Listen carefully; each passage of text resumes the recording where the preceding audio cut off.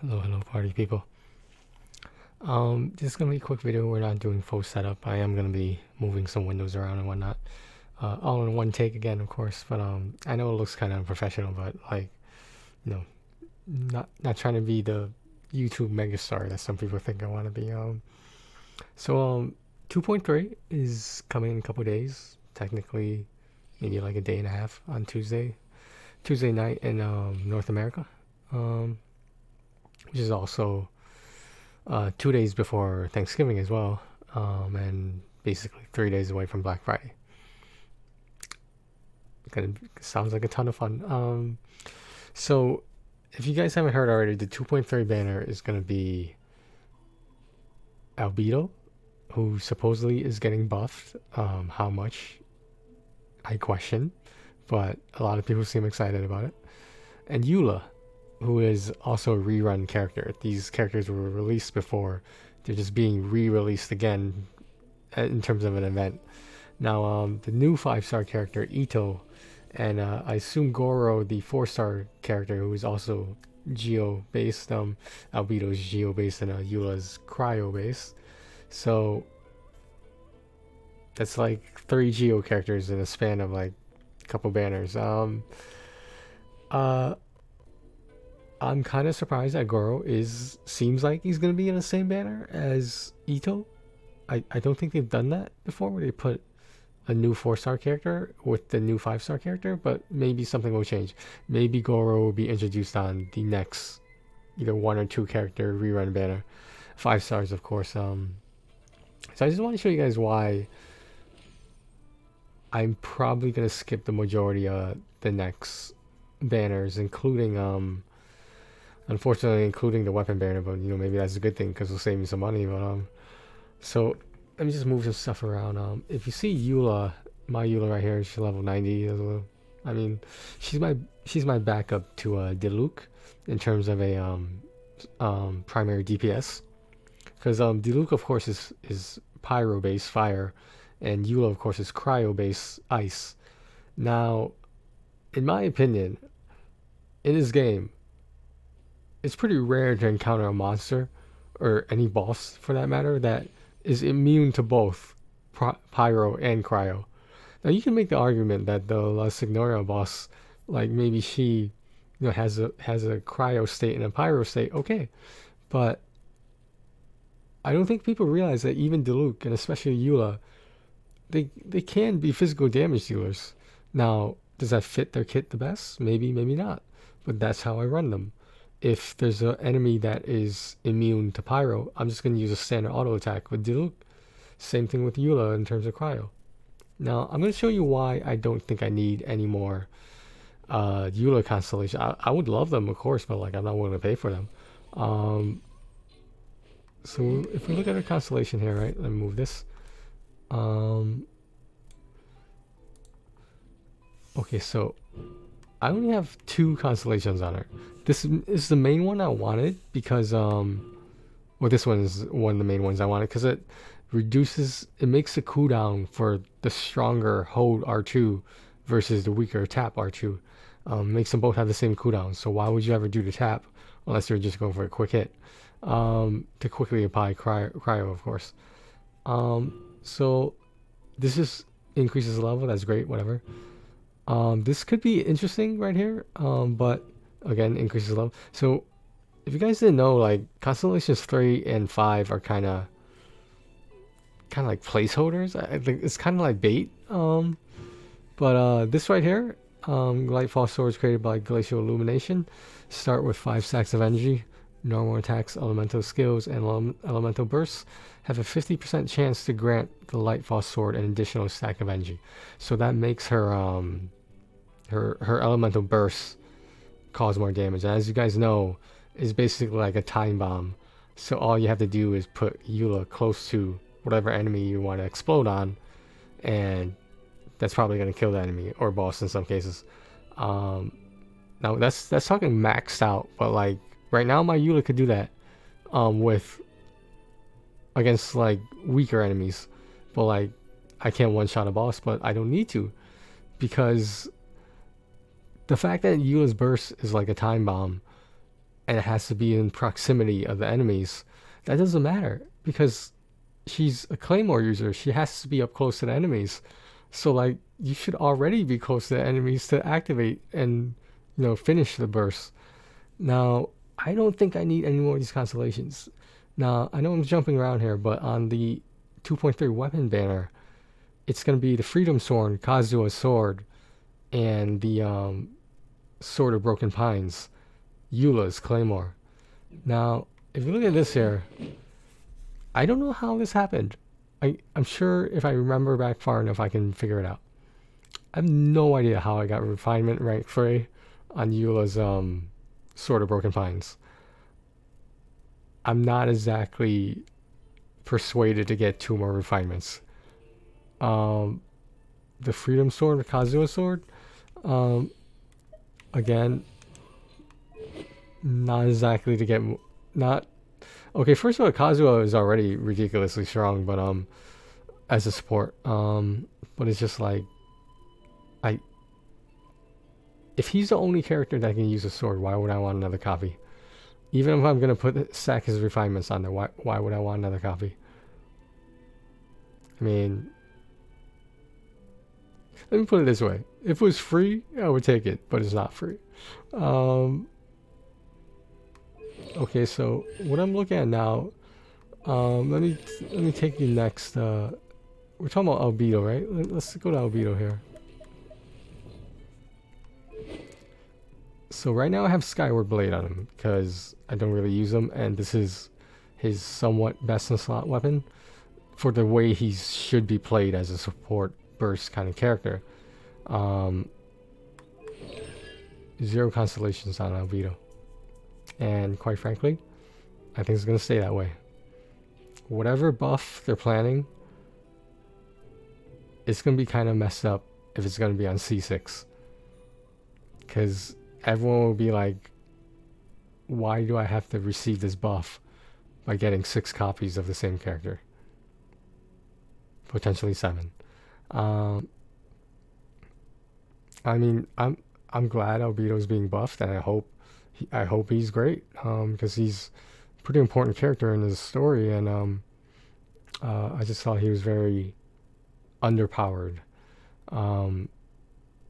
But if you're asking my honest opinion, I don't think he's gonna be worth it. I could be wrong. I hope I'm wrong, but everything about this banner screams skip to me, and I don't really need to be a part of it. I was thinking about maybe I'll get 1 constellation Albedo, depending on how they're changed or whatever. But that little flower thing, the elevator thing, it doesn't really do that much for me. I mean, like, let's take a look at it right now. I'll show you the weirdness of the skill and why I still don't get it. So let's where's Albedo at? Okay, so right here. Let's investigate. Okay, let me show you this. So I can choose where I want to put this little flower thing, right? Okay, now you can jump down like that. Okay, like that's great. Maybe you could use this as a dodge or something. I have no idea. Maybe it could get easier to get on top of these roofs or whatever. But it's just not doing it for me. I'm sorry. And his burst is his burst. Like, it's decent. Does a decent amount of damage. So people are going on this theory that this will be viable. A full Geo party. Okay, so why would MiHoYo buff both the character and the element of Geo to the point where the new meta is 4 Geo characters in one party? Anyway, what do I know? What do I know? Let's finish this. Let me show you guys Kazuha's sword. Oh, did I already do this? So like, yeah, this is way too much text right here. Basically, all you have to do is pay attention to blue numbers, and like, this isn't very enticing to me. This is just sort of not doing it for me. And it shows you the next rank there. Okay, it goes up by 5%, right? On that 20, and it goes up by 4% on that other one. Um, I'm sorry, but this is. I have to see how the community reacts to Albedo's buff, because I don't think they're gonna change the skills or bursts. The R2 or the triangle on PlayStation 5. Of course, probably should have mentioned that. I, I, I don't think. I think he'll be a better character. Maybe people who like Geo who want to use him more, but the meta. I mean, really? I don't know. I'm not sure how I feel about that. Alright, so what I'm gonna do is pull up this over here. Just to be more specific about the weapon. Sorry guys, just bear with me here. So this right here, we've got hold on, let me move this stuff around. Okay, so right here it's just showing so this is what Albedo's sword does. The Cinnabar Spindle, what quite the name, has 454 attack, which is pretty low, and 69 defense. Now, if well, I shouldn't say most, but some Geo characters stack, their attack is stacked based on their defense, which kind of sounds a little weird, but like that's the way to do it. It can be done with Noel, it could be done with well now Albedo, as well as Ito coming up. His defense is going to need to influence his primary attack, the amount of damage he causes. And at higher refinements, it goes up to 80% of the user's defense. I'm not getting 5 copies of this new. Oh, I should mention this new sword is 4-star. So like, if it's part of a quest, it's actually easy to get. Then okay. But I notice they do this with a lot of 4-star weapons and make it viable, like the catch, for example, from the last fishing thing. I'm just not really feeling it. Tells you what the upgrade items are, the essential materials. But yeah, we're not paying too much attention to that.